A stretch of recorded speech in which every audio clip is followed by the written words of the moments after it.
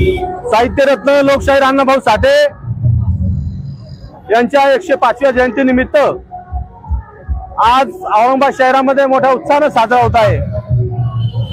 अण्णाभाऊची लेखणी पाहता या देशातल्या तमाम शोषित पीडित दलित मागासवर्गीय लोकांसाठी त्यांच्या लेखणीतून जे प्रबोधन झालं, त्या तळागाळातल्या माणसाला न्याय अधिकार हक्काचा जो बाणा मिळाला तो साहित्यरत्न लोकशाहीर अण्णाभाऊ साठेंमुळे आज त्यांच्या 105व्या जयंती निमित्तानं मी भारतीय क्रांती दलच्या वतीने व सर्व आमच्या पदाधिकाऱ्यांच्या वतीने मी खूप खूप शुभेच्छा देतो।